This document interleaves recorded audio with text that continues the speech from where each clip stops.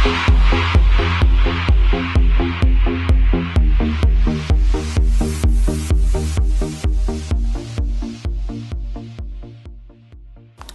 for us in Harrogate and Rural District CCG, where we were with wheelchair services, was a historic position that we'd inherited from the days of the PCT. We knew there was pressure in the system because we looked at that, or those of us who were around looked at that in the days of the PCT. But more recently, we had a number of complaints coming through, as well as some of the financial pressure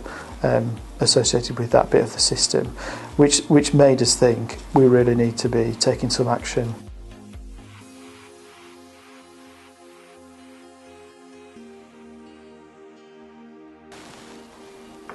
So accountability is really important in public service, and one of the things that I made clear to the people present at the workshop was one of the organisational values we hold dear in Harrogate and Rural District CCG is do what we said we would do. So I was really clear with people that I think we need to be held to account, and in part that accountability is exercised through our signing up to the Wheelchair Charter.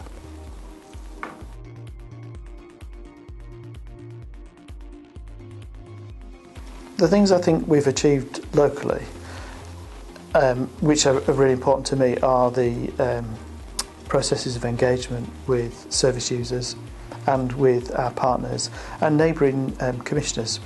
across the North Yorkshire footprint, of which there's another 4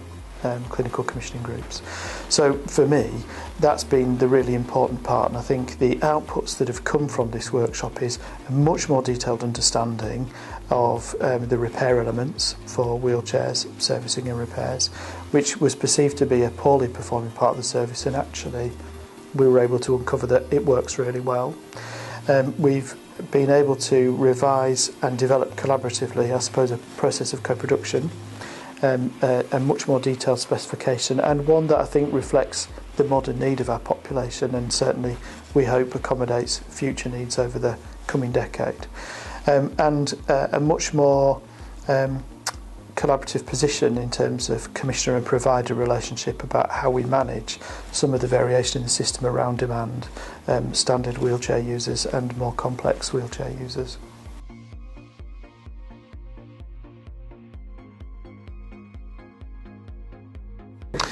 So why this was so important for us to do was actually undertaking some work that needed to be done to pick up issues that had been highlighted by a number of complaints. Not a huge number, but a small number, but for relatively complex cases. And that highlighted for us that actually if we don't get seating right, and if we don't get our assessments right, and we don't do them at the right time, we actually create other health problems for people that pop up elsewhere in the system. So it's a false economy to think that it will go away, because the problems come round, and actually there's an ethical and a moral case for doing the right thing by our population. That's what we're here to do. And people have told us really clearly when we've listened to service users that this is part of them being able to live a full and meaningful life, where they're able to make an economic contribution if they need to get to work, where they can make a full social contribution in their neighbourhood if they want to get out and about. So I think for all of those reasons, and linked to other issues like long-term conditions, other drivers like the equality delivery system for the NHS, you know, I think all of these things are drivers that actually should be motivating us and have motivated us to want to make the system better.